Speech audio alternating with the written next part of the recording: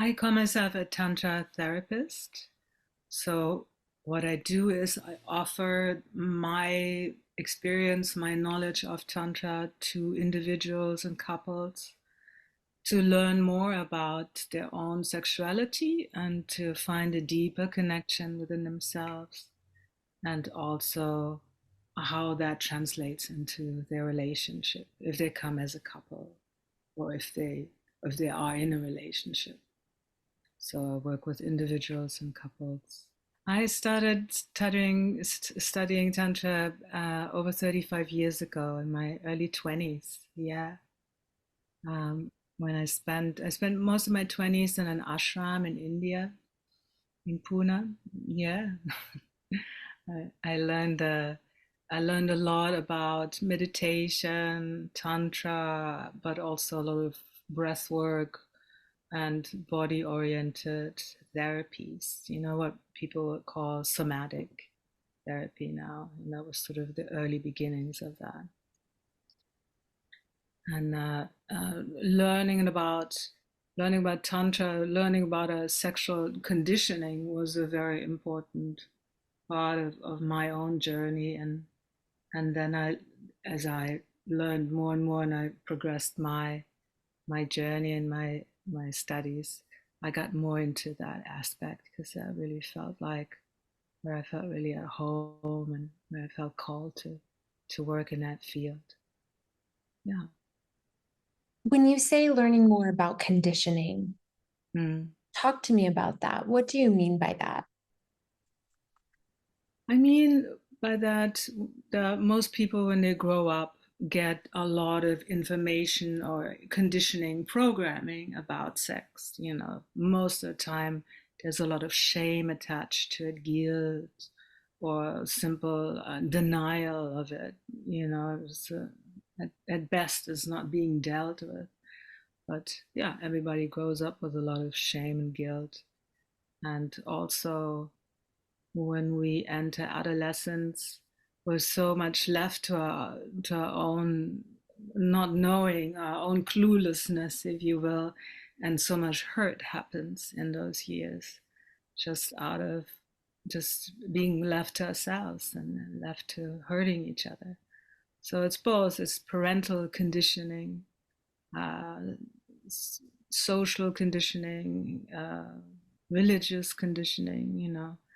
Most religions in the world have a very negative view on sexuality as basically something that is cannot go together with spirituality. It's you know, you have to leave it out. If you become a monk or a priest, you cannot be sexually active. Tantra teaches that sexuality is a very important part of us, and that is something that we should cultivate consciously, and and that it actually really supports our spiritual awakening.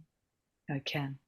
I've also heard that the teachings of Tantra demonstrate that it the pleasure, the sexuality can actually be deeply healing. What are your thoughts around that? Absolutely, yes. Pleasure is incredibly healing. I spend a lot of time in therapy, going into pain, going into all kinds of uncomfortable emotions, and that was just as healing. But there was this element missing that then, you know, to relearn how to really enjoy yourself, to be happy.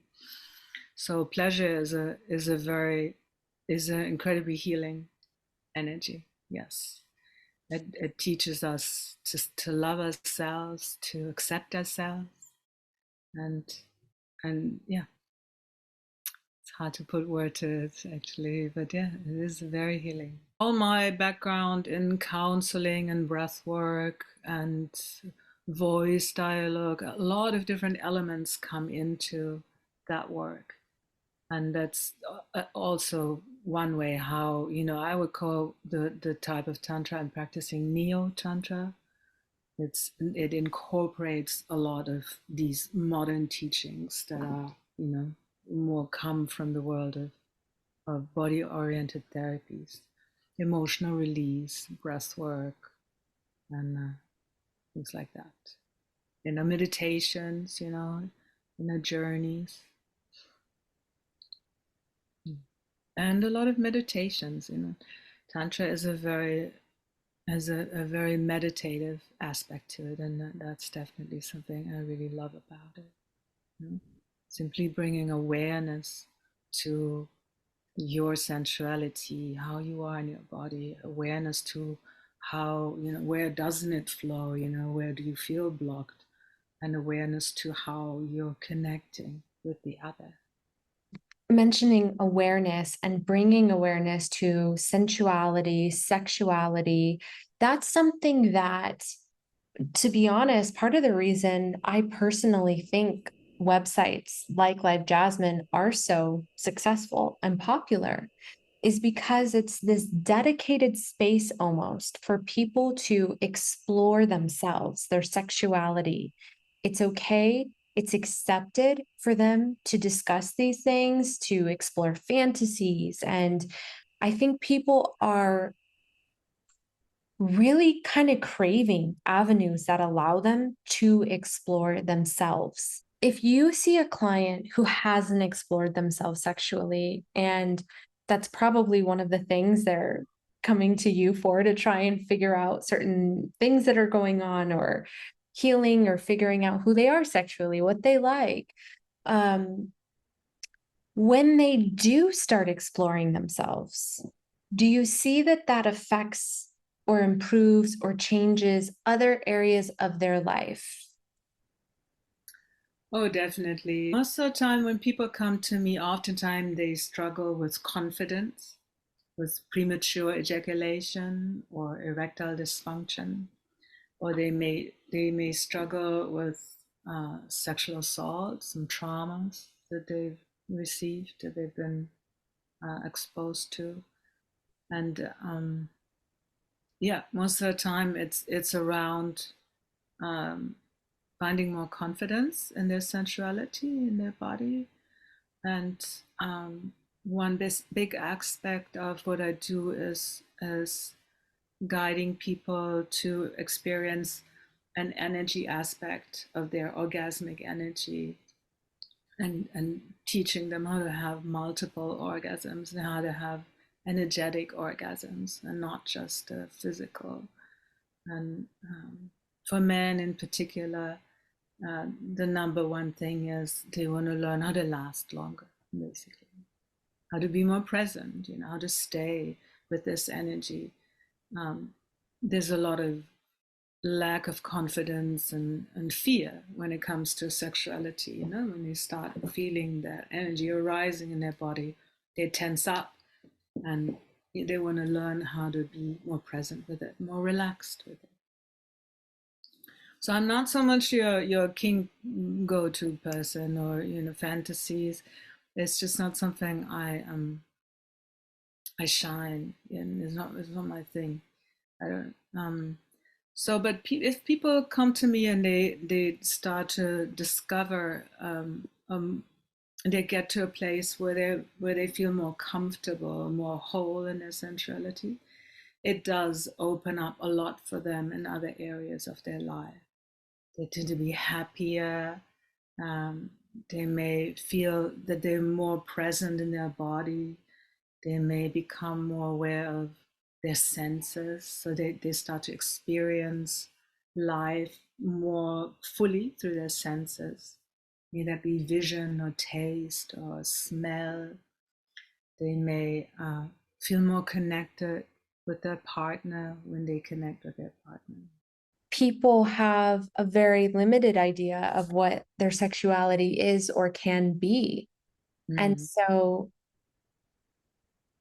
when they start hearing more and finding out more, and maybe realizing, okay, maybe getting married in the white picket fence and just doing it that way is not really for me or what I want. And yeah, just kind of knowing themselves more. But I don't think that we can really do that unless we have the information or the time to, yeah, explore other channels.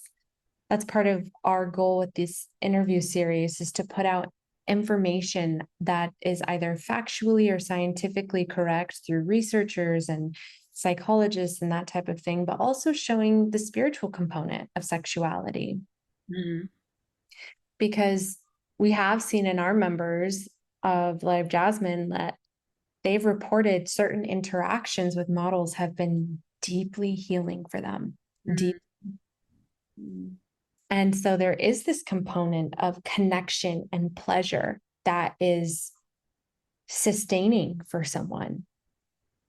I'm curious, in all your years of seeing clients, is there something that once you were working hands-on with people, you really noticed about human connection or human sexuality? Maybe something that you don't really read in a book, or something you're not taught, but you learn from working with people directly. Mm. That's a great question. I have to really think about that. I'm sure I learned so much doing the work that I do every day. And with every person, I learn more. And every person is so different also. It confirmed a lot of things to me. It confirmed to me that it's important for people to get into their senses, get into their body, first of all. A lot of people spend so much of their time, their consciousness up in their head, and that is probably one of the most common things I heard is like, wow, finally I'm in the moment, finally I get a break from my racing mind and I get to be in the moment. And that is, it sounds so simple, but it's incredibly powerful for people um, to get to that place, and difficult apparently also for people to reconnect with their body and actually come back to the moment. And so that is something that surprised me in the beginning. That how often I heard that was like the big thing for people, that they Is finally found themselves in the moment. We spend so much time racing around, and their mind is either in the past or the future. Your body is always in the moment. It has no other place to go. So when you really come into your body, and your sensuality is very helpful in that sense. So when you really come into your body, you come into the moment. And that in itself is incredibly healing, actually. being present in the moment in the body. Yeah. I mean, I think especially in this day and age, we all to some degree can get a little bit lost in our heads and what's going on, what's going to come, how can I fix this, how um Yeah. I think that's why mindfulness or meditation is so becoming so popular. People feel that instant relief from it. But for anyone listening who's like, okay, that's me. I really suffer from being in my mind too much. I overthink. I'm always stressed out. What is just a beginner level, easy, practical step that they could take to come back to their bodies and the present? Yeah. Um, Becoming aware of your breath, just taking a moment, becoming aware of your breath.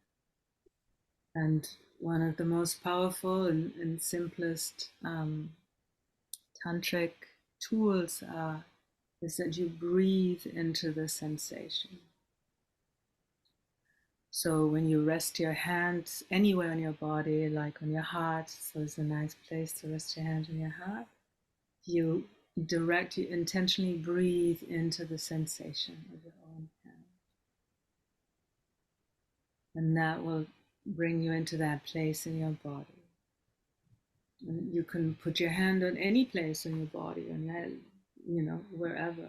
Just breathe into the sensation of that touch. And that is one way, one technique, how you can really come into the moment and into your body. As simple and as free as that. It's a Yeah, it skill doesn't of have to be focusing. complicated. Why does it have to be complicated? The trick is that you have to remember it and you have to do it. Oftentimes we have so many tools, but you don't remember to do them. You don't remember to use them. And somehow, yeah, we want a complicated answer when it's, it's not Yeah. necessarily. Yeah. It's very interesting. I'm just thinking myself, how often sometimes we even have to be reminded to breathe properly. Even sometimes in the past, I've done yoga and I have a very astute yoga teacher who's really watching us, and she'll say, you need to breathe, like focus on your breath. And then I realized, wow, I have barely been breathing, you know? Yeah. And everything changes once the focus on the breath is back.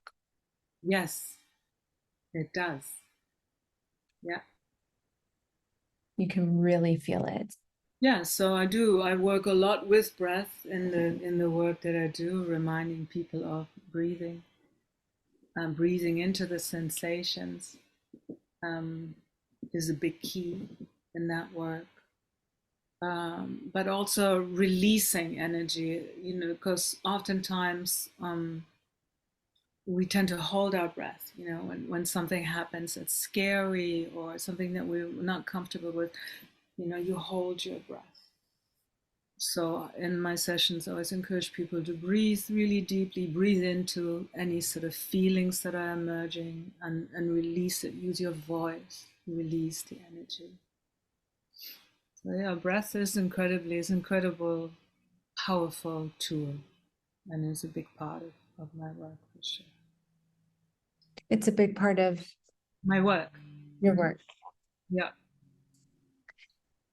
What would you say is the main goal of the work that you do? Not Do, to have a goal. do you have like an overall why of why you do this work? Like, is it helping free people? Is it like just that overall intention in your purpose in this work? Yeah, it truly makes me happy when I see people open up and accept themselves and truly enjoy their own energy. That is a very pleasurable thing to be around. It really touches my heart and makes me happy. And yeah, it is something of meaning to me to really and to offer that to people in a world where um, it, it's it's kind of rare to find. People tend to be very grateful to have this little hidden place they can come to and and and receive this in a world where openly it's barely addressed in a healthy and accepting way. So, yeah, it really touches my heart and makes me happy.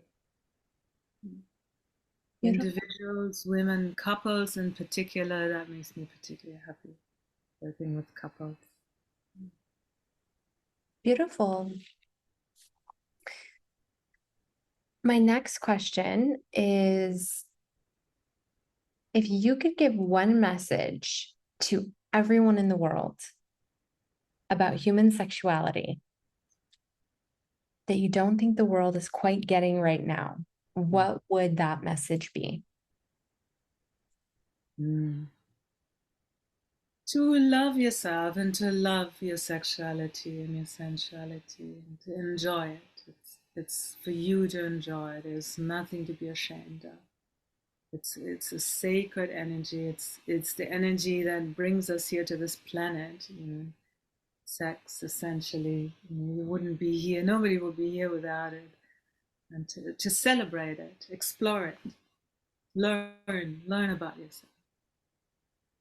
Yeah, I think that's a great message. Very important message. Yeah. Is there anything about your work, human sexuality, human connection that we haven't talked about, but you want to share? Mm. Something that's always been dear to my heart is that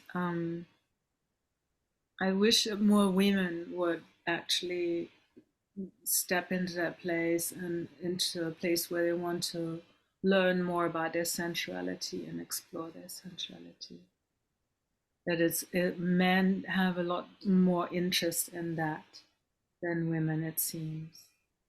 And so, and I do see women also, and it always makes me really happy when a woman takes that step.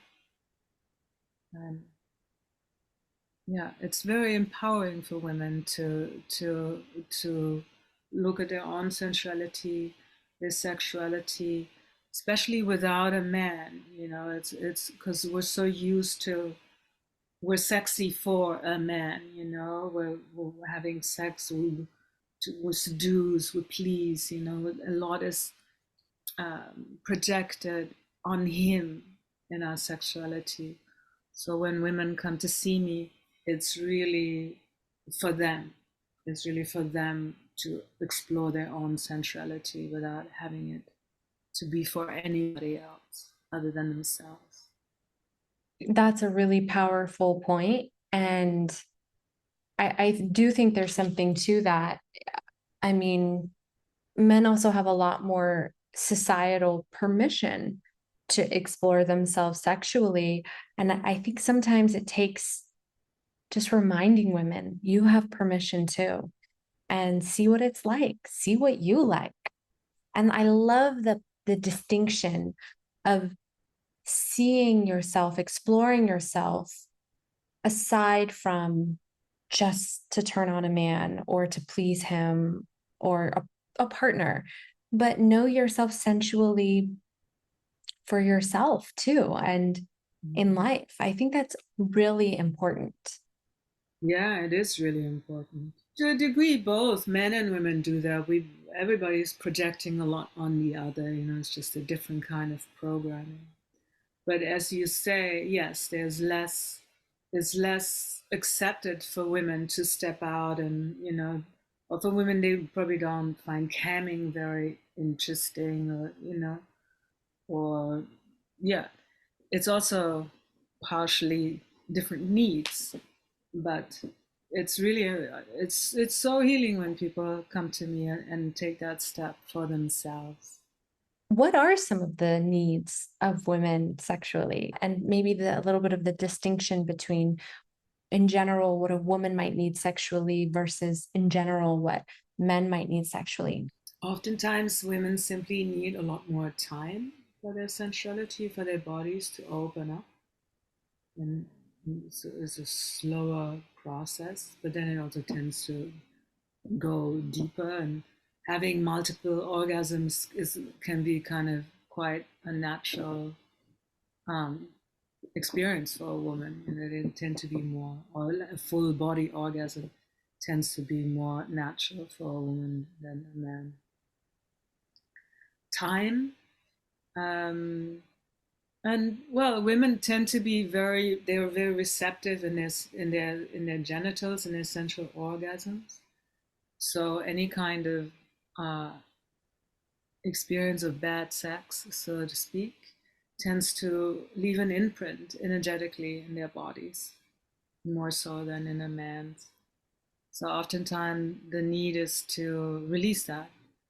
You know, often we have, you know, women with a history of bad sex or just insensitive sex, and it kind of, you know, leaves them in a place where they just it's closed up. They're not really enjoying themselves.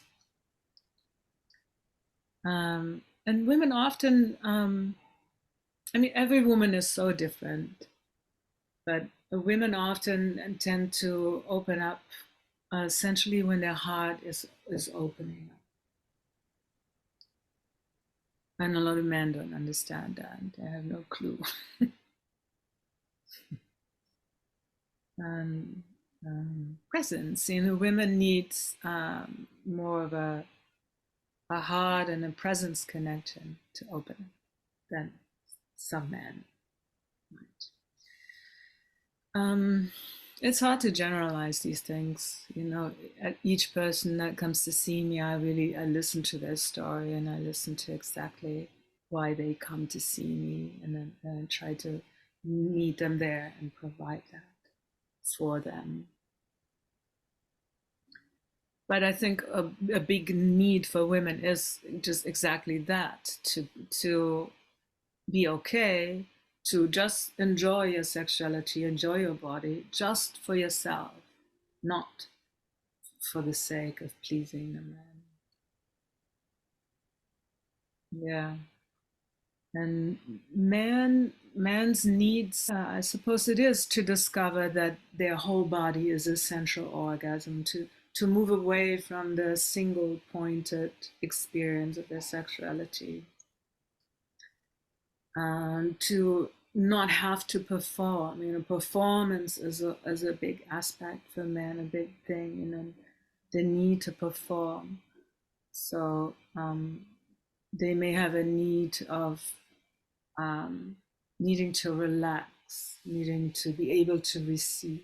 To that point, again, just using Live Jasmine as the lens, because we see a lot of those examples. I've interviewed hundreds of members from Live Jasmine, and they'll say a lot, like, there are people who are top level CEOs running businesses, and they will go on the site to relax, to Mm-hmm. rest, to Mm-hmm. forget about the day. So to your point, that kind of getting that stress relief is really important for men, it seems like. I mean, for everyone, but if we're speaking very generally, um, yeah, I've certainly heard from the members that that's part of what they're doing on the site, is trying to decompress everything. Yeah, I believe that for sure. What do you think are our next steps, or what do you think is needed, either individually or collectively, in order to build a more sex positive, sexually well society? Well, in some countries, I think the laws need to change to allow people to offer practices like Tantra without being stopped from, being limited, being put on a so a broader acceptance, in the law, but also socially, um, and an openness to learning about ourselves.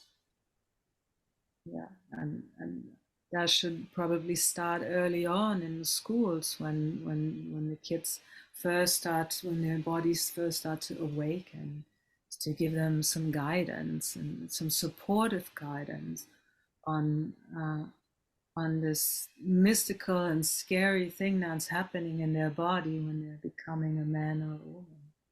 They need a lot more encouragement and careful guidance into what that means and what there is to explore, and not just give them a bunch of yeah, more shame, or sort of putting fear in their heads about all the things that can go wrong.